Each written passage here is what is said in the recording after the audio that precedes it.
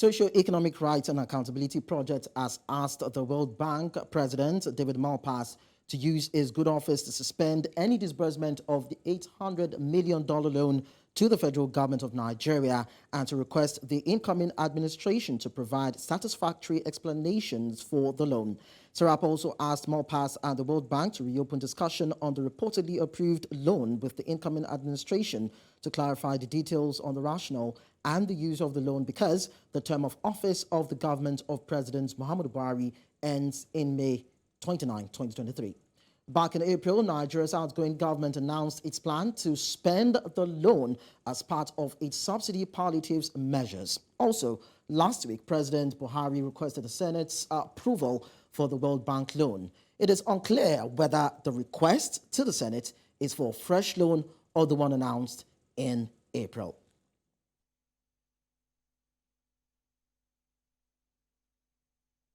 So joining me this morning is Kolawole Oluwadare, is a Deputy Director, Socio-Economic Rights and Accountability Project, SERAP. It's nice to have you join us, Kolawole, on Business Edge.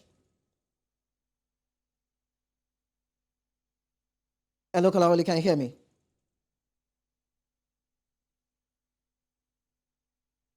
Hello, Kolawole.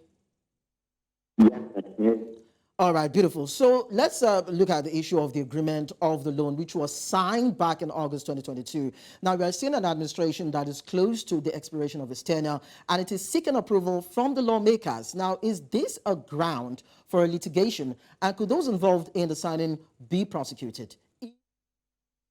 Of course, it is a ground for litigation, but we should not start with litigation because that is not the aim of this kind of advocacy. The advocacy is in the interest of Nigerians. Even if this later becomes litigation, it will be public interest litigation. But the basis of this initiative and this advocacy at this time is to prevent the disbursement of this loan. In that, the government of Nigeria, led by the president, has not convinced Nigerians of the necessity of this loan. And the reasons have been given.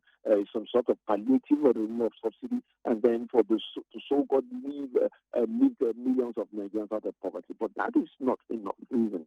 Nigerians need to be convinced that this loan is necessary. And this is against the backdrop of several loans that have been taken in the past that has not reflected in any socio-economic well-being of Nigerians. And this is an administration that has a penchant for not being forthcoming with information as to how money have been spent. And that is the reason why we've taken this initiative. Of course, it's a follow-up to the letters written to the President and to the National Assembly, not to request for this loan or to approve the loan in the first place. And there is a basis for the World Bank to act in keeping with its own articles of agreement, which is the basis of the World Bank's action, not to disburse these loans at this time. And it's clearly understood that World Bank's perspective in keeping with its own articles of agreement may allow it to do such things. But the perspective of the Nigerians, which we share, by the way, is totally different because ultimately we bear the brunt of these loans. The burdens we are going to be those of Nigerians, and we have the right to hold our president to account. And while we are doing that, we tell the World Bank and not to disburse that loan as of now.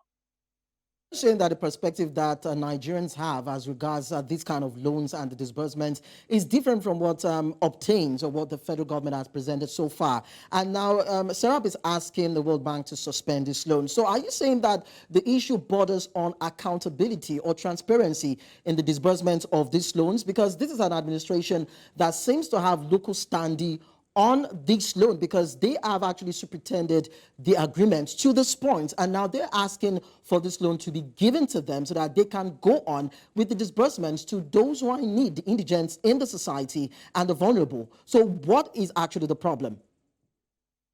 Well, it's basically on the basis of lack of transparency and accountability of this administration. So the World Bank will relate with Nigeria that as a sovereign state, and will deal with Nigeria as such.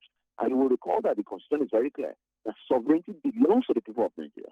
So in invoking that sovereignty, Nigerians have the right to ask their government to justify the basis of this loan and to tell the World Bank to hold on with the disbursement. And that is within the context of the experience we have had with this administration for the past going to almost 8 years now in the management of public funds. And a case in view of a context would be the Abacha loan. The series and tranches of Abacha loan that have been recovered in 2015 has not been well managed. And by not well managed, it means Nigerians are not persuaded by the information we have that those funds have been judiciously spent. It is not enough to say funds are spent on infrastructure. It's not enough for the president to tell Nigerians that these funds are going to be used for this purpose. What the law requires the president to do is to ensure that those funds are spent maximally for the benefit of Nigerians. And in this case, this is the debt. This is not a windfall. And the burden ultimately falls on Nigerians. Yes, we have that right to tell the president to justify if at all we need those loans. And in the face of the various mismanagement we've seen and the failure of government to hold up its own end of the bargain to ensure that things are done transparently, Nigerians have the right to tell the president to hold on and also to tell the World Bank to hold on for the people of Nigeria to be satisfied whether we need this loan or not. Also consider what the Debt Management Office in its latest release has said. Now, it is said that Nigeria owes about 77 trillion naira in both external and domestic debts. And the issue of debt sustainability is also a source of concern. So I'd like to know if that is also a major reason why SERAP is calling for the suspension of the loan. Of course. The growing debt profile it's a part of the nuanced challenges that we have in Nigeria. And the fact that we have a growing debt profile that does not show the reality, it does not reflect in the socio-economic lives of the average Nigerian. Why should we continue to have loans that makes the national debt profile go higher and is not impacted? Which is why, again, it is not enough to mention reasons. The president must explain that reason to Nigerians. It must be justifiable to Nigerians before it goes ahead to secure this kind of loans. And so ultimately, Nigerians will bear the brunt of this loan in terms of, and again, there is a legal angle, and that is that the Fiscal Responsibility Act is very clear. As to the threshold for the GDP to debt ratio, it's more than 3%. And that is why the president and this administration have been trying to secure the ways and means to the National Assembly for the CBN, which, of course, the National Assembly rightly declined. So it is not in our interest to take these loans because we don't have enough information, or it's not justified as it were, and because the way the government has managed funds in the past.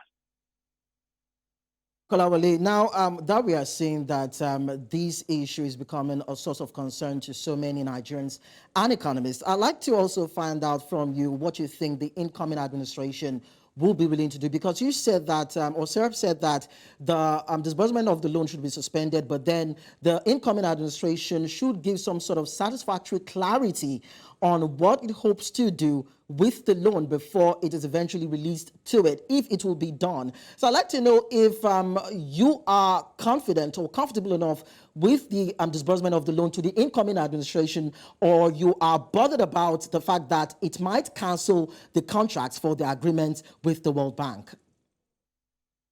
Canceling the agreement is not totally, it's not something that cannot happen. It can happen. And that is why under the Articles of Agreement, which forms one of the important bases for the engagement of World Bank with its members, Article 1 is very clear that the World Bank must be satisfied that the loans being sought are used for the purposes for which they are meant. And under the Articles of Agreement of the World Bank, they are meant for reconstruction and development. Of course, that may look big, but there are contextual issues. So the president, the Nigerian authorities need to satisfy the World Bank that these funds are for development and reconstruction. But that is not enough. The Articles of Agreement also mandate the World Bank to ensure that those funds are used for the purposes for which it is set. So satisfying the World Bank that you need a loan is a difference from also satisfying that the loans will be used and are indeed used for the purposes for which it's meant. And that is where the Nigerian people come in, because ultimately we bear the burden of those things, which is why at the outset now we have that power and that right to tell the World Bank, in view of our experience with this administration, in view of what we have seen, it is very important that these mechanisms are put in, whether by this administration or the incoming administration. And if those mechanisms, they are not clear, of course, the World Bank should not go ahead to disburse those funds. Or knowing that primarily, even the aim of those funds is still for the welfare of the Nigerian people. And if the Nigerian people, they are making that point at this time, the World Bank needs to listen and pay attention. Refuses your plea and goes ahead to disburse the funds, or says it would go ahead to disburse the funds. You said that you are going to initiate a legal action against the World Bank. Now, how far are you willing to go as regards this? Because we know that SERAP has actually had different litigations against the President Muhammadu Buhari administration, but then there's been no headway, there's been no justice being served along the line, along the course of judgment, as it were. So how far are you willing to go with this case?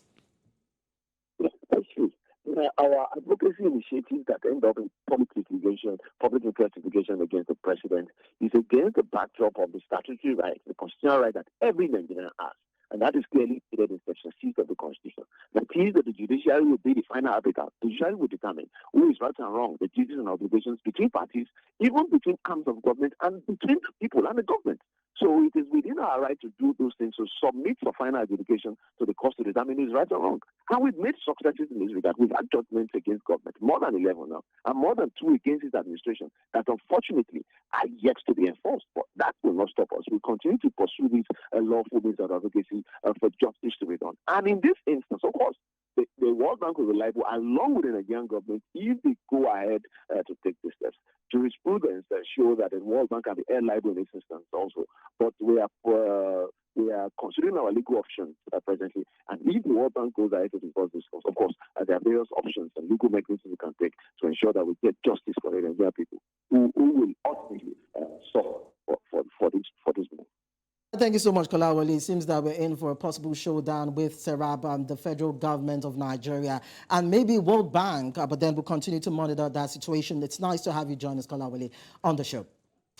Now, the concerns raised by SERAP and other groups regarding the loan demonstrate the need for the Nigerian government to do as much as it can to be held responsible and accountable for its huge debt burden and also the use of funds and the prioritization of the well-being of the citizens. Now, the outcome of these situations would have broader implications on how the incoming administration will manage and ensure the fostering of economic development of a country heavily indebted to both local and international creditors.